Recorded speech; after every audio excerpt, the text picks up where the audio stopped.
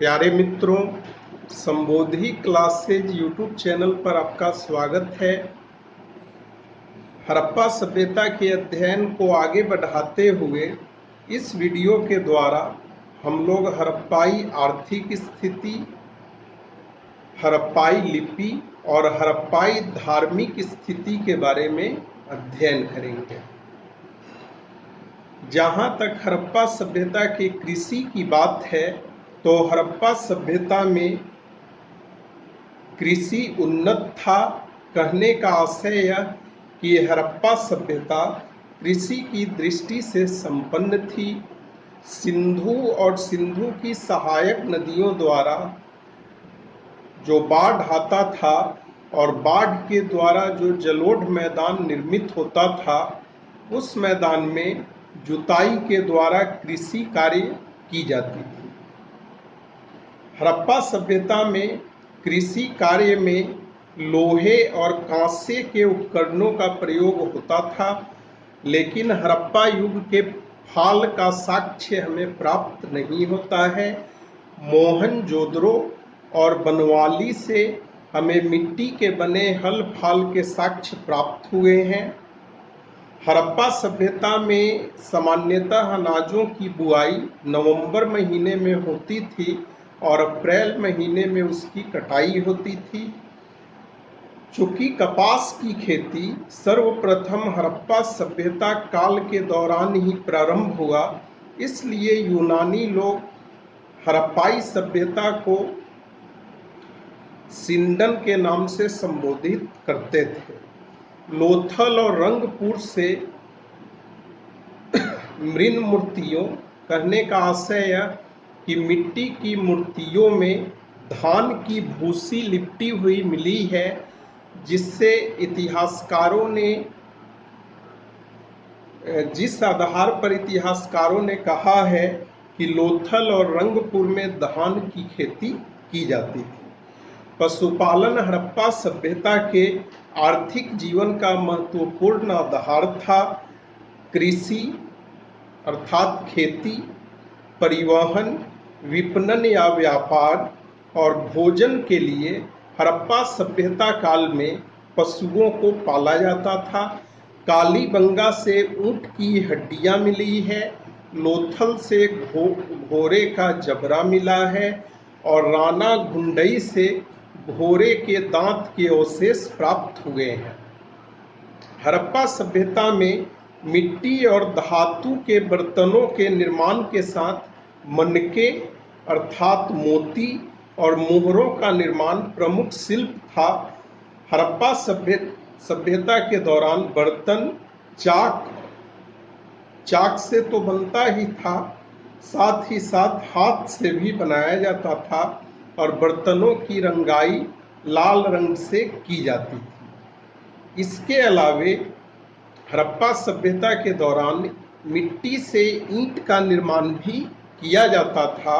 शंख, सीप और हाथी दांत से भी वस्तुओं का निर्माण हड़प्पा सभ्यता के दौरान होता था। चान्होदरो और लोथल से मनका या मोती बनाने का कारखाना प्राप्त हुआ है, जबकि बालाकोट और लोथल से सीप उद्योग प्राप्त हुआ है।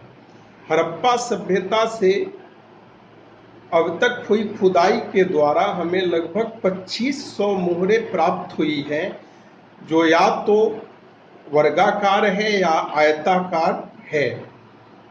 हड़प्पा सभ्यता से प्राप्त वर्गाकार मोहरों पर केवल लिपि उत्कीर्ण है, अर्थात केवल लिपि खुदी हुई मिली है। हड़प्पा सभ्यता में निर्मित अधिकांश मोहरें शैल खड़ी से निर्मित थी। कुछ मोहरें हाथी दांत से भी बनती थी। हड़प्पा सभ्यता के दौरान मोहरों पर सर्वाधिक एक श्रृंगी, कहने का आशय है कि एक सींग वाले पशु की आकृतियां मिली है। हड़प्पा सभ्यता से जो मोहरें प्राप्त हुई है, उनका आकार 1 से 5 सेंटीमीटर तक होता था। हड़प्पा सभ्यता काल के दौरान तांबे की मुद्राएं लोथल और देसलपुर से प्राप्त हुई है। इसी प्रकार से यदि हम हड़प्पा सभ्यता से प्राप्त होने वाले मूर्तियों की बात करें या मृण मूर्तियों या मिट्टी की बनी मूर्तियों की बात करें, तो हड़प्पा सभ्यता से मिट्टी की बनी मूर्तियां या मृण मूर्तियां भी प्राप्त हुई है, जिनका प्रयोग सामान्यतः या तो खिलौने के लिए किया जाता था या तो खिलौने के रूप में किया जाता था या पूज्य प्रतिमाओं के रूप में किया जाता था। 3/4 जो मृण मूर्तियां मिली हैं उस पर पशुओं के चित्र जो है मिलते हैं। हड़प्पा सभ्यता से प्राप्त मृण मूर्तियों के नेचर को यदि हम देखें तो हड़प्पा सभ्यता से जो मानव मृण मूर्तियां प्राप्त हुई है, मानव मृण मूर्तियां ठोस है, जबकि पशु या पशुओं की मूर्तियां जो है खोखली है। जहां तक धातु की मूर्ति की बात है तो मोहनजोदड़ो और चान्होदरो से कांसे की बनी नग्न नर्तकी की मूर्ति प्राप्त हुई है। चान्होदरो से कांसे की इक्कागारी प्राप्त हुई है, जबकि हड़प्पा से तांबे की इक्कागारी प्राप्त हुई है। लोथल और कालीबंगा से तांबे के बैल की आकृति प्राप्त हुई है। मोहनजोदड़ो से हड्डी की बनी हुई सुइयां प्राप्त हुई है, जिसका उपयोग सिलाई के लिए किया जाता था। और लोथल से हाथी दांत की पटरी या स्केल प्राप्त हुआ है। मोहनजोदड़ो से सीप का बना हुआ मानक बाट, जिसको आज के डेट में हम लोग बटखारा कहते हैं, जिससे नाप तौल होता है, मिला है। हड़प्पा सभ्यता से गणना या हड़प्पा सभ्यता में गणना के लिए 16 या उसके गुणकों का प्रयोग किया जाता था। 1 फुट 35.5 सेंटीमीटर के बराबर होता था, जबकि 1 क्यूबिट 52.05 सेंटीमीटर के बराबर होता था। हड़प्पा सभ्यता के दौरान आंतरिक और बाह्य दोनों व्यापार समुन्नत थे। व्यापार जल मार्ग और स्थल मार्ग दोनों से होता था। मोहनजोदड़ो से मेसोपोटामिया में बनी हुई एक बेलनाकार मुहर प्राप्त हुई है। तांबा, चांदी, टीन, सीसा, फिरोजा और लाजवर्द मणि का हड़प्पा सभ्यता में आयात किया जाता था, जबकि सीप की वस्तुओं, हाथी दांत की वस्तुओं, तैयार माल, कपास और अनाजों का हड़प्पा सभ्यता से निर्यात किया जाता था। यदि व्यापार संतुलन की बात की जाए तो हड़प्पा सभ्यता के पक्ष में व्यापार संतुलन था। कहने का आशय यह कि हड़प्पा सभ्यता काल के दौरान आयात की तुलना में निर्यात ज्यादा मूल्य का किया जाता था।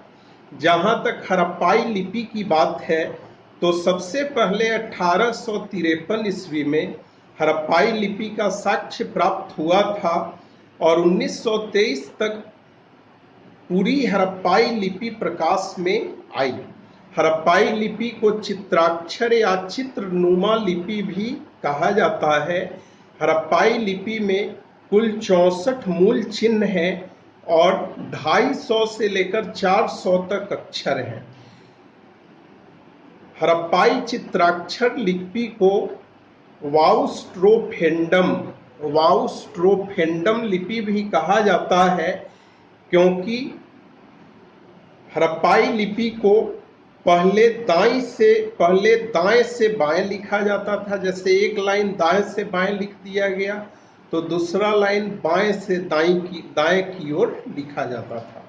यदि हड़प्पा सभ्यता के धार्मिक जीवन की बात की जाए तो हमें स्पष्ट रूप से हड़प्पा सभ्यता के धार्मिक जीवन का साक्ष्य नहीं मिला है। कुछ एक एविडेंस के आधार पर हम कह सकते हैं कि हड़प्पा सभ्यता के दौरान देवी की पूजा शांत या सौम्य रूप और रौद्र रूप दोनों रूपों में होती थी। मोहनजोदड़ो से नटराज अर्थात पाशुपत शिव की मूर्ति प्राप्त हुई है। हड़प्पा सभ्यता में लिंग पूजा भी किया जाता था। साथ ही हड़प्पा सभ्यता के दौरान एक कुबर वाले सांड की भी पूजा की जाती थी। जहाँ तक वृक्ष पूजा की बात है तो हड़प्पा सभ्यता के दौरान पीपल, नीम और बबूल की पूजा प्रमुख रूप से की जाती थी।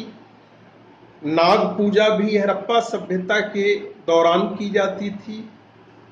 हड़प्पा सभ्यता के दौरान बच्चों के गले में ताबीज बांधा जाता था ताकि बच्चे, ऐसा माना जाता था कि ताबीज बच्चे को पहना देने से उसे भूत प्रेत जो है परेशान नहीं करते हैं। हड़प्पा सभ्यता की धार्मिक स्थिति में यदि देखा जाए या हड़प्पा सभ्यता के धार्मिक जीवन की बात की जाए तो हड़प्पा सभ्यता के धार्मिक जीवन में हमें भक्ति धर्म और पुनर्जन्म का बीज मिलता है। यदि हड़प्पा सभ्यता की समाधान पद्धति की बात की जाए तो हड़प्पा सभ्यता के दौरान 3 प्रकार के समाधान पॉपुलर थे। आंशिक समाधान, दूसरा पूर्ण समाधान और तीसरा दाह संस्कार। आंशिक समाधान का मतलब हुआ कि किसी भी व्यक्ति को मरने के बाद उसके शरीर को या उसके मृत शरीर को कुछ दिनों के लिए खुले में छोड़ दिया जाता था ताकि पशु पक्षी उससे अपना आहार प्राप्त कर सके और उसके बाद जो नरकंकाल बच जाता था उसको दफना दिया जाता था। जहाँ तक पूर्ण समाधान की बात है तो जिस प्रकार से आज के दौर में इस्लाम धर्म या मुस्लिम धर्म में कॉन्सेप्ट है दफनाने का, वह एग्जाम्पल हो गया पूर्ण समाधान का। और जहाँ तक दाह संस्कार की बात है तो आज के दौर में अपने हिंदू समाज में दाह संस्कार का कॉन्सेप्ट पॉपुलर है। आप लोग इससे भली भांति वाकिफ हैं या परिचित हैं। लेकिन आंशिक समाधान, पूर्ण समाधान और दाह संस्कार में सबसे पॉपुलर मेथड जो था वह पूर्ण समाधिकरण का था। कालीबंगा से छोटी छोटी गोलाकार कब्रें प्राप्त हुई है। लोथल से युग्म समाधान मतलब एक साथ 2 लोगों को दफनाने का एविडेंस प्राप्त हुआ है। रोपर के कब्र से मालिक के साथ कुत्ते को दफनाए जाने का साक्ष्य प्राप्त हुआ है। हड़प्पा सभ्यता में टीन और तांबे को मिलाकर कांसा निर्माण किया जाता था। सिंध में सुक्कर और रोहड़ी से पत्थर के उपकरण बनाने का कारखाना का साक्ष्य प्राप्त हुआ है। तो मित्रों, कुल मिलाकर 4 वीडियो के द्वारा हम लोगों ने हड़प्पाई सभ्यता का अध्ययन पूर्ण कर लिया। कल से हम लोग ऋग्वैदिक या पूर्व वैदिक काल का अध्ययन करेंगे। यदि आपको यह वीडियो पसंद आया हो तो आप अपने इस चैनल को सब्सक्राइब कर लें, वीडियो को लाइक कर दें, वीडियो के कमेंट बॉक्स में कमेंट करें और अपने मित्रों के बीच शेयर करें। आप लोगों का बहुत बहुत धन्यवाद।